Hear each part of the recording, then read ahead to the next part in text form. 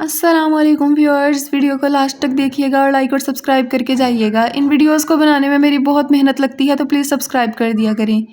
یہ جن کی سٹوری ہے ان کی سسٹر نے یہ سارے واقعات لکھے ہیں اور یہ ان کی آپ بیتی بیان کرنے لگی ہیں۔ یہ بہت ان ریئلسٹک لگتی ہے، لیکن وہ اللہ کی قسم کھا کر کے کہتی ہیں کہ یہ سب حقیقت ہے۔ کہ میں جب 7 سال کی ہوئی تو مجھے خواب میں عجیب و غریب سی دنیا اور لوگ نظر آنے لگے۔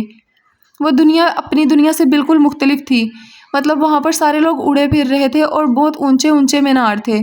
مجھے یاد ہے کہ جب میں پلنگ پر جا کر بیٹھی تو وہاں پر ایک بہت بوڑھا سا شخص میرے قریب آیا۔ اس شخص نے آ کر میرے سر پر ہاتھ رکھا۔ وہ بہت بوڑھا لیکن اتنا ہی حسین بھی تھا۔ اس نے آ کر میرے سر پر ہاتھ رکھا اور کہا، ڈرو نہیں، تم تو میری بیٹی ہو۔ اور دن بدن ان خوابوں کے آنے میں اضافہ ہوتا گیا۔ جیسے جیسے میں بڑی ہوتی گئی مجھے ایک عجیب سی دل فریب سی خوشبو سنائی دیتی اور مجھے اپنے ساتھ کسی ہونے کا احساس محسوس ہوتا۔ میں جب بیڈ پر بیٹھتی لیٹتی مجھے پتہ چلتا، محسوس ہوتا وزن سے کہ کوئی میرے ساتھ ہے۔ ماما پاپا کو بتاتی وہ اگنور کر دیتے، کہتے کہ تم ابھی بچی ہو، تمہیں ان چیزوں کی بالکل سمجھ نہیں۔ ہمارے گھر کے درمیان میں ایک برگد کا درخت تھا۔ مجھے اس برگد کے درخت پہ کبھی ایک مرد تو کبھی ایک عورت اکثر بیٹھے دکھائی دیتے۔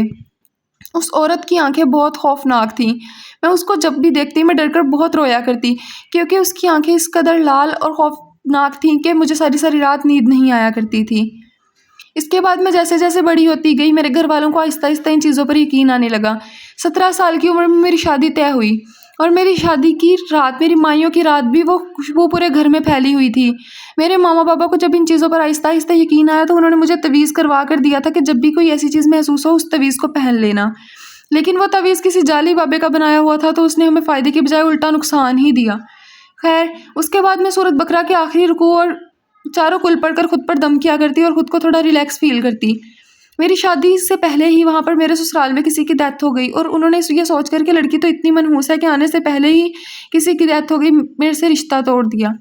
یہ بہت نیرو مائنڈڈ سوچ ہے، لیکن اب کیا ہی کیا جا سکتا ہے۔ اس کے 1 سال بعد دوبارہ میری شادی طے ہوئی، اور میری شادی اس دفعہ ایک بہت اچھے اور بہت خوبصورت انسان سے ہوئی۔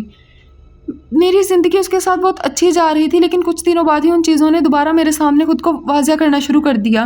مجھے ابھی بھی یاد ہے کہ میرا شوہر باہر دوستوں کے ساتھ گھومنے گیا ہوا تھا اور میں گھر میں اکیلی بیڈ پر بیٹھی موبائل یوز کر رہی تھی، اور وہاں پر میرے پاس بیڈ پر آ کر کوئی بیٹھا جسے میں دیکھ نہ سکی، لیکن سائے سے مجھے اور وزن سے محسوس ہوا یہاں کوئی بیٹھا ہے۔ میں نے فوراً سے وہ تعویذ اٹھایا جو ماما نے مجھے دیا تھا اور آیت الکرسی پڑھی۔ وہ چیز میرے پاس سے ایسے اٹھ کر گئی جیسے کوئی بہت غصے سے اٹھ کر جاتا ہے اور سائڈ ٹیبل کو بھی پٹکا۔ میں نے اپنے شوہر کو فون کیا کہ میرے ساتھ یہ ہوا ہے۔ وہ گھر آیا اور اس نے مجھ سے پوچھا کہ سائڈ ٹیبل تم نے پھینکا؟ میں نے بولا نہیں۔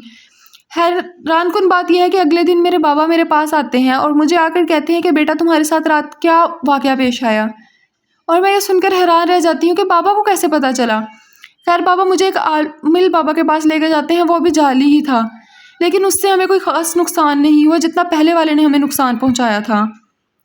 یہ چیزیں ہمیشہ سے میرا پیچھا کر رہی تھی۔ اب یہ خواب بابا کو بھی آنے لگے تھے کہ بابا اور ماما کے ساتھ بیٹھا ایک نوجوان جو بہت خوبصورت ہے وہ باتیں کر رہا ہے، اور پیچھے سے کالے کپڑے پہنے بہت سارے لوگ آتے ہیں اور آ کر اسے کہتے ہیں کہ تم جو کر رہے ہو وہ غلط ہے، کہ ہماری دنیا کے اصولوں کے خلاف ہے، تمہیں واپس آنا ہوگا۔ اور وہ ہر دفعہ اٹھ کر چلا جاتا ہے، میری خواب میں بھی اور بابا کی خواب میں بھی۔ وہ ہر دفعہ یہی کہہ کر جاتا تھا کہ میں آؤں گا اور تمہیں لے کر جاؤں گا۔